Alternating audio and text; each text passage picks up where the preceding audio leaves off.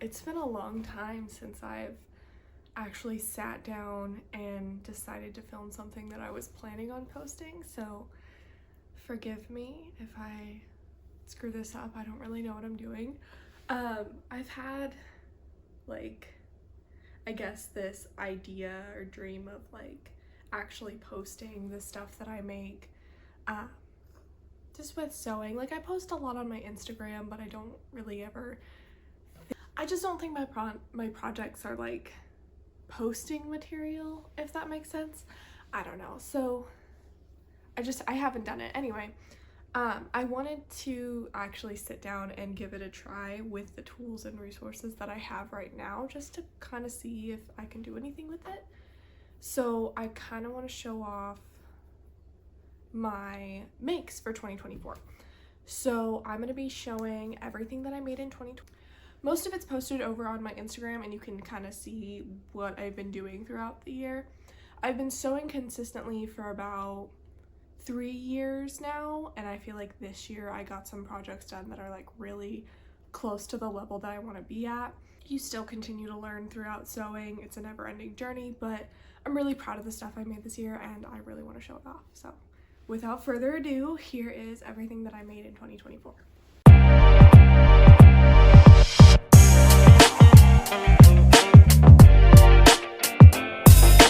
I have almost everything that I made in 2024. I do not have my Renaissance Fair costume on here because I'm not counting that in my regular clothing that I made. And I also do not have my Christmas dress that I made on here. I'll still show you the Christmas dress. It's just in the wash because it was literally just the holidays and I did wear it. But we're gonna go in color order because I think that's the best.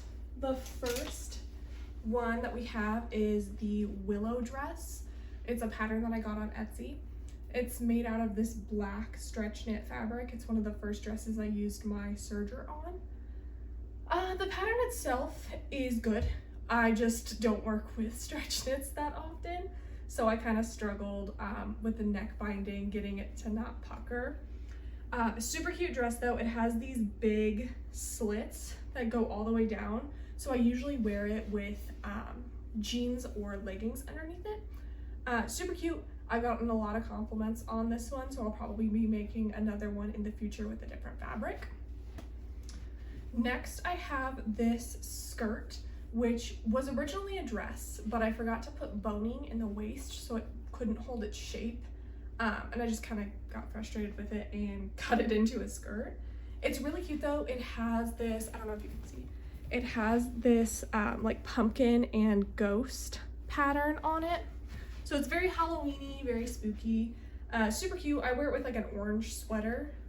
I like themed outfits, so it's very pumpkin-y. I don't really wear it year-round. It is fully lined though, and it's got a lot of swoosh. I've been loving the ruffles on my skirts this year. These next three are all the same pattern, so I'm just gonna show them together. These two brown ones are made from a duvet that I got from Goodwill. They're super comfortable for around the house because I'm just wearing a blanket. And they dress up really well too, actually. If you wear sheer tights and do your hair really nice, put on some accessories, they do dress up really well. And then this blue one is super fancy. I also got this fabric from Goodwill, so I'm not sure what it is. Pattern is the smock dress, and the seller is Aura Patterns. Super easy pattern though. If you're a beginner, I definitely recommend this one. I have a bunch of them that I made last year as well, and I wear them all the time. Next, I have this ditzy floral pencil skirt that I made for a job interview. I didn't have a ton of floor length skirts. I didn't really use a pattern for this one, and I just added some elastic in the back so that it fit nicely around the waist. It's all right. I don't wear it that often since I no longer work for that job, but I think it's good to have a longer, modest skirt for any job interviews. Okay. This dress, I hate this dress. So I used a simplicity pattern that I'll put up so you can see which one it is. The pattern itself is great. I am still learning how to work with stretch materials, and this one is so heavy, and you can see this dress is very long.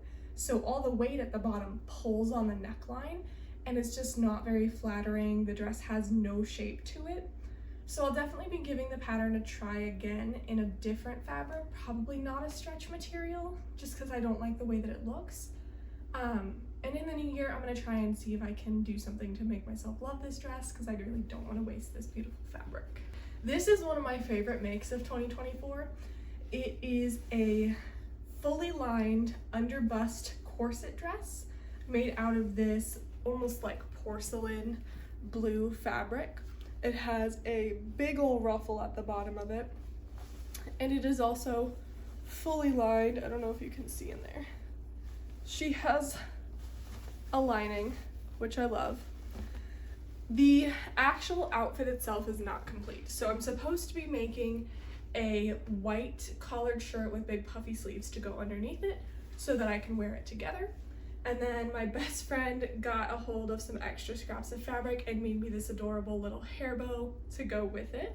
So hopefully I can finish this up in 2025 and have this dress to wear before spring. These are some overalls, like short overalls that I made. I just wanted something that I could be comfy in and wear while I'm sewing or working on crochet projects. The pattern was from Etsy. Honestly, it wasn't a great pattern. There was no seam finishing. They just left edges raw.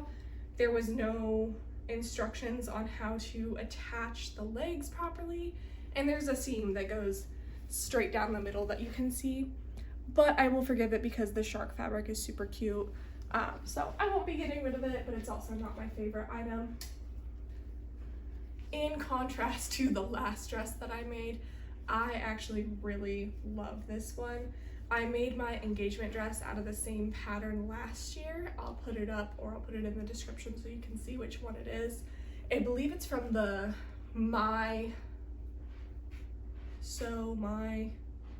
it's a Simplicity line that they're doing. Oh, the Know Me Simplicity line that they're doing. So it's made out of this moth fabric and then this extra stretchy purple fabric that I had in my stash. I did have to add a bow at the back because it's a deep V in the back and I have very narrow shoulders, so it would fall off my shoulders. But it's so cute. It's so witchy. I love wearing this in the fall. Very happy with this one.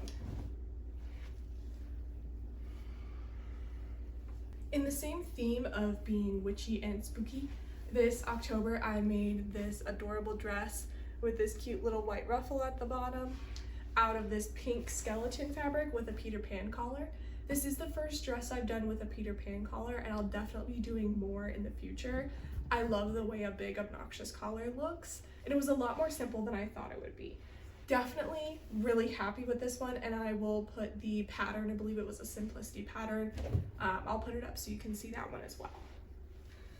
This dress is made from the Rose Cafe Bustier pattern.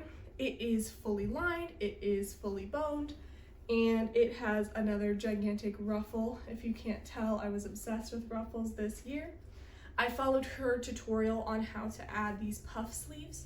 They don't like come with the pattern. It's just kind of like rectangles that you add elastic to. It's very Barbie. I did not intend for it to look like Barbie, but I'm not mad that it turned out that way. Super cute. I wear it all the time. I get tons of compliments on it. I'll definitely be making more of these in the future. Second to last is the Christmas dress I just made, which is the Gunnar Dethridge Persephone dress pattern. The only things I changed is I did the short version, but I added a really small ruffle on the bottom because I'm tall, and that dress was not the right length for someone who is tall like I am. So I just added a little ruffle. The fabric I chose was not the best. You definitely need something with more stretch to do it, but the actual pattern is really great. I'll be making it again. Gunnar Dethridge has some of the best patterns that I've tried. I really enjoy his work. And last, but certainly not least, this is actually my wedding dress. So the story behind this is that I made the pattern and I started on a different dress with different fabric, completely different color, and I hated it. I absolutely hated the color. I thought it washed me out. The pattern wasn't completely fleshed out, so it didn't look right, and I had a full freak out about it. And then 3 days before we were actually supposed to get married, I went to the fabric store and I bought this bridal fabric. This was originally all white, and it's this embroidered fabric, and then I have a liner underneath. So I fixed the pattern. I made the bodice like a total of 4 times.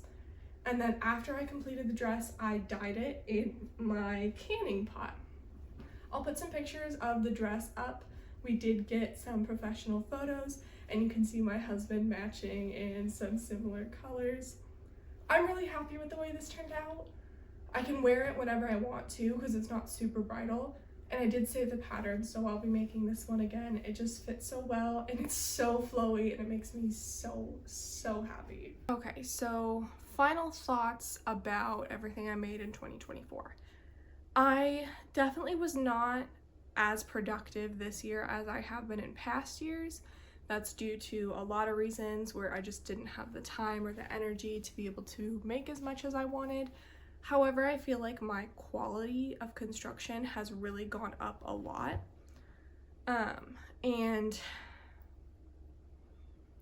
I'm really proud of what I do have. It was definitely additions to my closet that I try to make something that I really love and I know I'll wear a lot, because making your own clothes can be wasteful, the same as just buying a bunch of fast fashion if you don't actually wear it and keep up with it. I do my best to be sustainable and get a lot of my fabrics secondhand. I use sheets, I use curtains. I try not to buy new fabric. It can be really expensive sometimes too, which I know kind of stops a lot of people from getting into sewing. If you are new to sewing, just check out your local thrift stores. There's always sheets or curtains that you can wash and turn into something beautiful that you'll love. And if you screw up, it's not like a huge waste of money. Overall, the patterns that I used this year, most of them were really good. Any issues that I had were just due to like user error. The only one that wasn't great was the overalls. I will not be using that pattern again. I'll be finding a different one. As far as next year, I don't really do sewing plans. Like, I don't plan out any of my projects. I see fabric that I like, I get the fabric, and then when inspiration hits, I go in there and I make something that I love. The only thing that's planned is the white blouse to go under that blue dress. Everything else is just kind of up in the air. We'll see what I make. We'll see what I feel like doing. If you want to see any updates on what projects I'm currently working on or what fabric I'm picking out, definitely go over to my Instagram. I'm usually posting on my stories what I'm doing with my fabric and what projects I have coming up. But yeah, thanks for watching, and I'll see you in 2025.